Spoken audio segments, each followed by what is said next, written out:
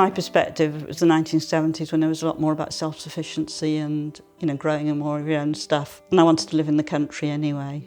And John had grown up with an uncle who had an acre of land and had kept livestock, so he wanted to do that sort of thing more. But it was great when we had the sheep because I knew all of them. I knew that there's one with a white line down its nose, and there was the wild one, and there was the one that I had to treat for out of white disease and something in the eyes.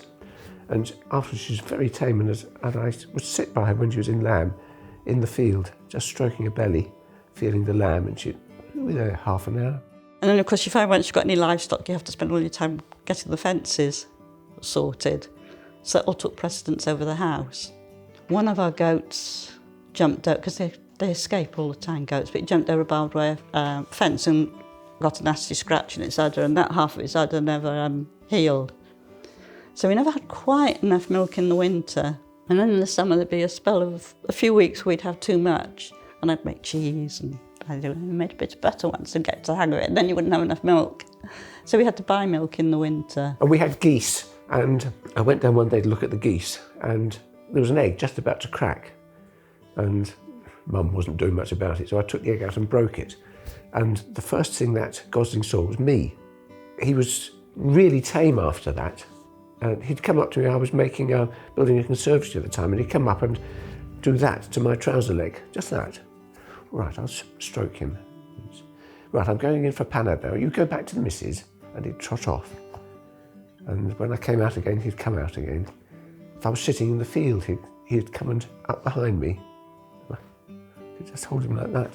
I think I thought that we could live quite cheaply and that we'd be growing all our own food and stuff like that, maybe making a bit of money. What I found was that the girls were getting bigger, and teenagers eat quite a lot, and they don't necessarily eat the sort of veg and things that you want to grow. Because lots of the stuff you can grow is greens, and cabbage and all those sort of things. So I was actually spending more and more on food. And we found with the lambs, the first year John took them to the slaughterhouse, we didn't have to pay because the value of the skins covered the cost of the slaughter. Then every year it went up, and it perhaps doubled. The prices of everything kept going up. And I think the price we were selling the lambs out stayed. We would find out, or John would find out what the butchers were charging. We'd sell them at that price, but that seemed to stay more or less the same. Small holdings like that, you don't own it. You look after it. You do your best to it. It looks after you.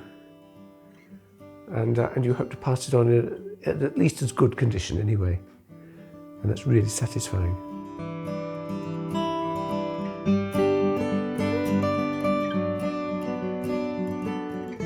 In those days, I used to help the farmer next door. It's a sort of apprenticeship, really. Oh, John, are you busy tonight? Well, I had lots of things to do. No, I thought I'd be over.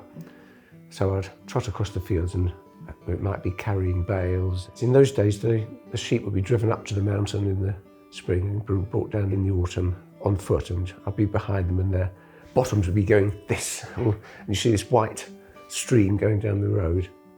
And they don't do that now. And there was a farmer called Gwilym TD, because he lived in TD, and he had a very squeaky voice like this. And he was lovely. He used to drive his little Fergie Bach. No roll bar, nothing really, just a little grey Fergie Bach. And he was always so friendly. Perhaps because we kept sheep, everybody around us, all the local people, were very helpful and kind. I've had nothing but help and kindness from everybody, and that's been a pleasure. I've lived here more than half my life. I'm binational. This is my Cynefin. This is where I belong. It's where I put my roots down. It's where I feel at home. It's a religious experience to sit on the side of Cynefin or Moel Siabod or something like that and just look at the sky and the dome of heaven, and there's the sheep